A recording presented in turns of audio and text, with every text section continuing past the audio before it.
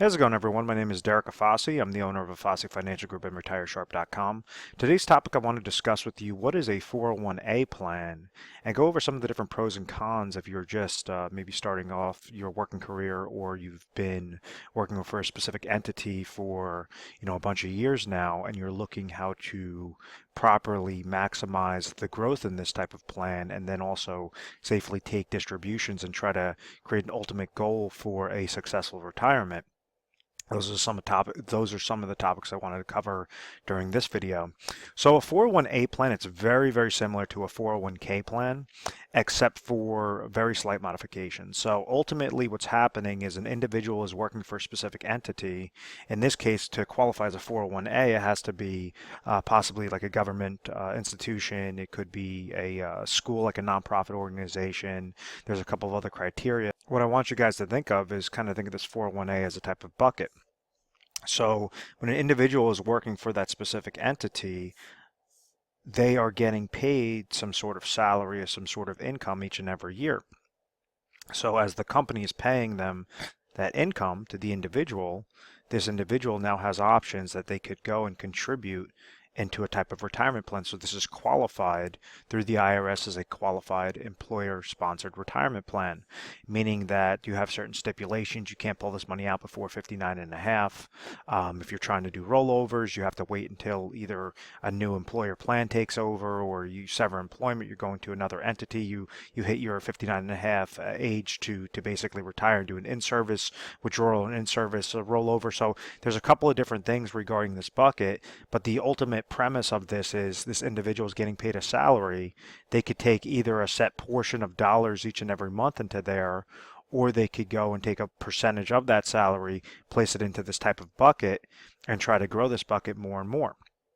So one of the key facts about a 401a plan is the control that that employer has over those individual plans, meaning like if they really like a specific employee, rather than a 401k that is non-biased, meaning that essentially everybody has to have the same sort of match, everybody has to have the same sort of vesting schedule. They could actually cherry pick specific individuals with these types of plans. It doesn't really make that large of a difference, but they could essentially incentivize somebody from staying at this company larger if, let's say, they have one individual that is putting 10% of their salary and they're giving that person like a 5% match, as opposed to another individual that's putting 10% and they're only giving a 3% match.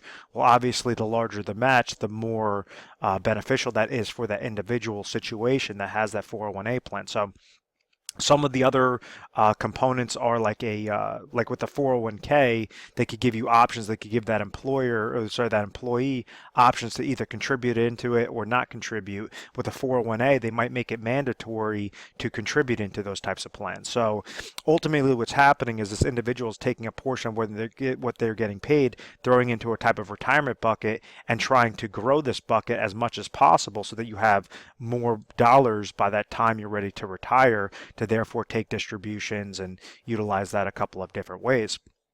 So the first benefit is definitely the match.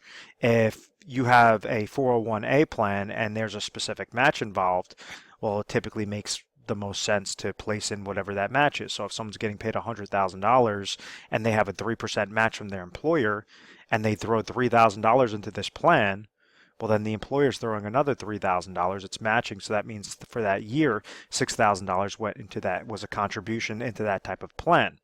If, let's say, this person has a 3% match, they throw $10,000 into this plan, 10%, well, the match is still only 3%. So that's why a lot of individuals, they overfund this and they get caught up with the verbiage of saying, oh, 100% match, and that's not typically the case. What happens is you have 100% up to a specific percentage amount, or it might be like 50% up to 6%, to say if you go and you put in $6,000 in that example, 6%, they're going to match you 50% of whatever that is, so that'll be 3% or $3,000. So there's a whole slew of different things, but understand that match is ultimately free monies that the employer is trying to incentivize the individual from jumping ship and going to a different company. They're saying, if you stay consistent with this plan, we're not only going to pay you your salary, but then on top of it, we're going to give you some free money towards your retirement and try to invest that based upon our platform of options. So if we understand that essentially that bucket idea is your dollars are going in there, the employer might be giving you a match, those dollars are going in there. Well, that's obviously going to grow that bucket. But there's a caveat to that concept is the percentage rate that's also going to come back that's tied to that bucket. And what I mean by that is with these 401as, very similar to 401k plans, is you might have a whole slew of mutual fund related options or stocks, bonds, ETFs, mutual funds that you could choose to essentially grow this account further. But that comes at a risk, it comes at a cost. So with these 401a plans, you have a specific cost involving what those funds are. And then on top of it, the most important cost, I believe, is downward market loss, or the most important risk is obviously downward market loss potential. And this was very apparent in 2008 when you had individuals that lost, some individuals lost 30% of their portfolios, other individuals lost 60% of their portfolios. So in theory, if someone was going and they kept placing more and more dollars into this, they were getting the match. It didn't really matter how much that they were placing in, how much was matching. Yes, that was growing the bucket. And this additional interest credit, if let's say that mutual fund performance or the stocks, bonds, ETF performance it was positive for that year, well, then yes, they're going to essentially double compound that growth into this bucket. So it would be the dollars that they're placing in there, the dollars that are being matched, and then if this came back positive, well, then that's ultimately going to have a much larger bucket. But if let's say they were placing those contributions, they experienced a type of 2008, a market reset, and they lost 50% of their portfolio. Let's say if they go and they put in, 300,000 total throughout all those years, it grew up to 500,000, and then they hit a 2008, and it cut their, their portfolio in half. It cut their account in half because this had a minus 50% loss. Well, now they'd be walking into that next year at $250,000. It did not matter how much they placed in there. Obviously, that's going to help because if you don't put anything into that plan, then obviously you're not going to have anything in that plan. But it's very crucial to really understand this component of that interest credit, and there's ways on how you could do that very effectively, very efficiently. And at the end of the day, what are we trying to accomplish? We're trying to make this bucket larger. We're trying to have a larger bucket so that by the time you want to retire, well, obviously it makes more sense. If you have $600,000 in this bucket, you could do more things with that money than as opposed to having $100,000 in that bucket. So you could splice that up a whole portion of different ways. So that's ultimately when individuals have this 401a account. It's very similar. They might have like a 401a, they might have a 401a and a 403b, a 401a and a 401k, depending upon their situation, depending upon their employer.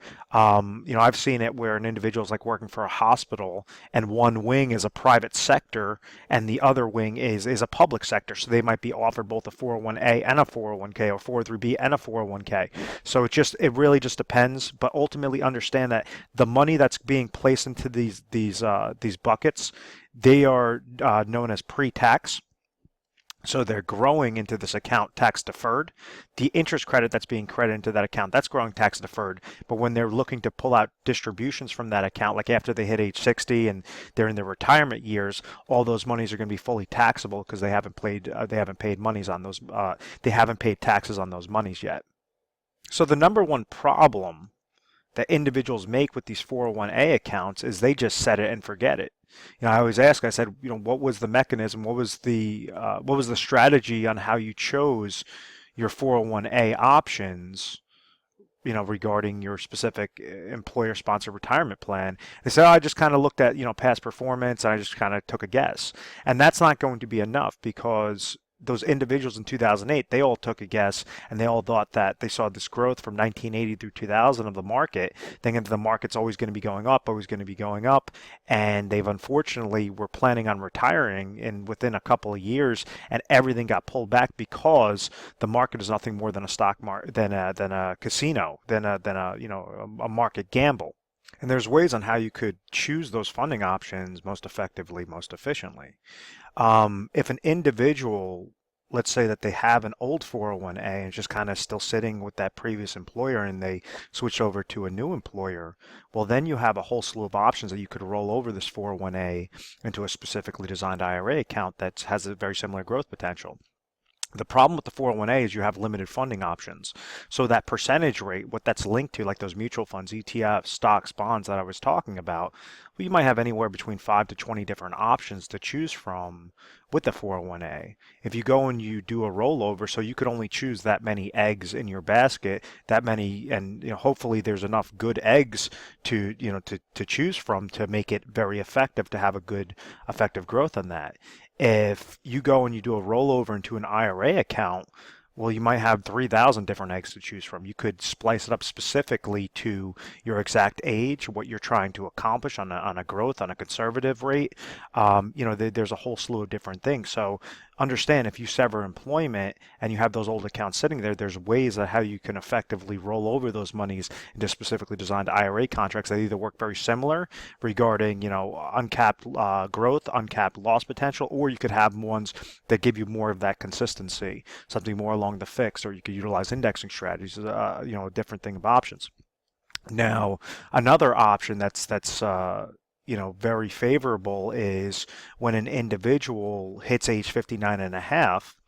Usually they're able to utilize this 401a monies even though they're still working for the company, and they're able to do something known as an in-service rollover, an in-service withdrawal, and you could set that up into a whole portion or a whole myriad of options that will pertain to your exact retirement goal. And what I mean by that, let's say if you have a 401a retirement account, it's sitting at like $500,000, and you're currently age 60, and you understand that you want to retire at age 65 and say, okay, at 65, I want to, trigger Social Security income. I just basically want to call it quits. I don't want to work anymore. I don't want to kind of ride off into the sunset. Well, with those sorts of plans, it's known as a retirement income strategy, and what we typically recommend, and it goes more specific than this, but the generalized version of this is to say that, okay, what are your income sources at that age 65? What are your emergency funds at that age 65? What is your inflationary protection at that age 65? So let's say this individual that's age 60, and let's say that they need $50,000 of income for the rest of their life at age 65, meaning that these are their expenses. And when we utilize different budget analysis, we understand that they need, for really easy math, $50,000 each and every year from age 65 to the rest of their life. So if they're not offered a type of pension plan and they said, well, I just have my Social Security income, well, that's going to be a set income stream that they can never outlive. So maybe their Social Security income comes in about $35,000 at that age 65, is just this hypothetical example, and they have this $500,000 of this 401a account that's sitting there. Well, rather than roll the dice and do what individuals did in 2008 to say, oh, I'm so close, I'm 5 years away, I'll just stay consistent with how I'm setting up my growth strategy, I always recommend, or I give them the options to say, hey, this is some food for thought. Why don't you look towards securing that a little bit better, and you set up something on a more scientific approach, a more mathematical analysis to say, what's the smallest amount of dollars out of this 500,000 that we could roll over into IRA 1 and possibly put it with like an insurance company, one of their annuity product lines, ones that give you control, ones that you're not surrendering, not annuitization, but like a hybrid type annuity IRA that will provide you that $15,000. So maybe at this time frame at their age 60, it's going to cost them $200,000 to place into an account that will be deferred for 5 years and then trigger lifetime income to them for exactly that $15,000 gap. To equate, the $35,000 plus the $15,000 would equal that $50,000 goal. So with that, we still have $300,000 remaining. Rule of thumb is you want to keep about 6 to 12 months of emergency funds. So let's say another $50,000.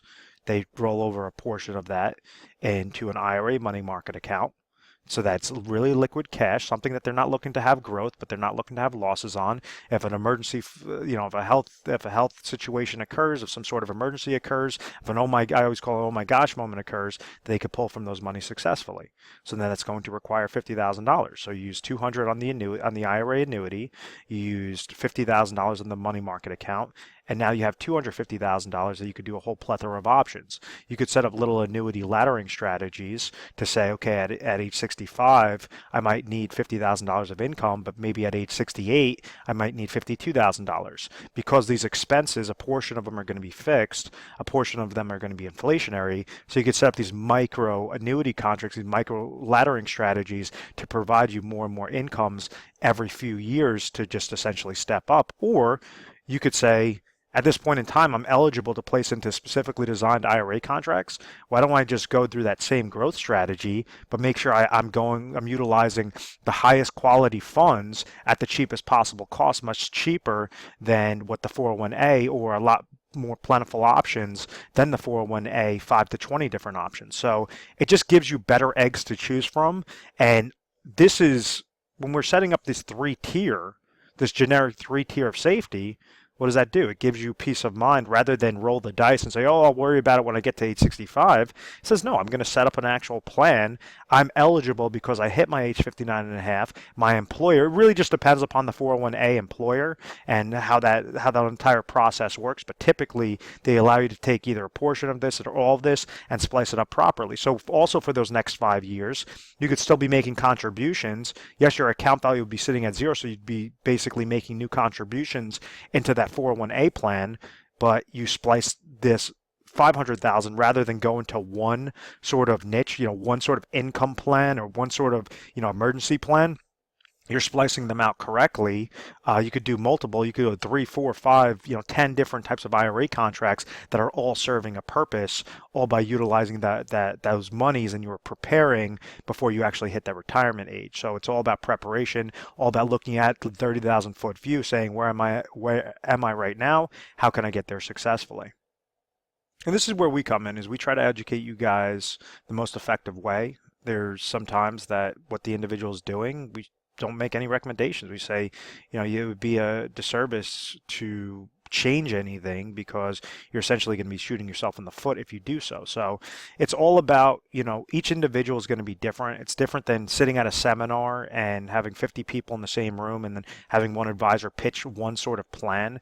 That's nonsense in my book. I just think that each individual is going to have an individual situation, and it has to be set up because there is no room for error in retirement. You make one large mistake and then you're going to be working well into your 70s.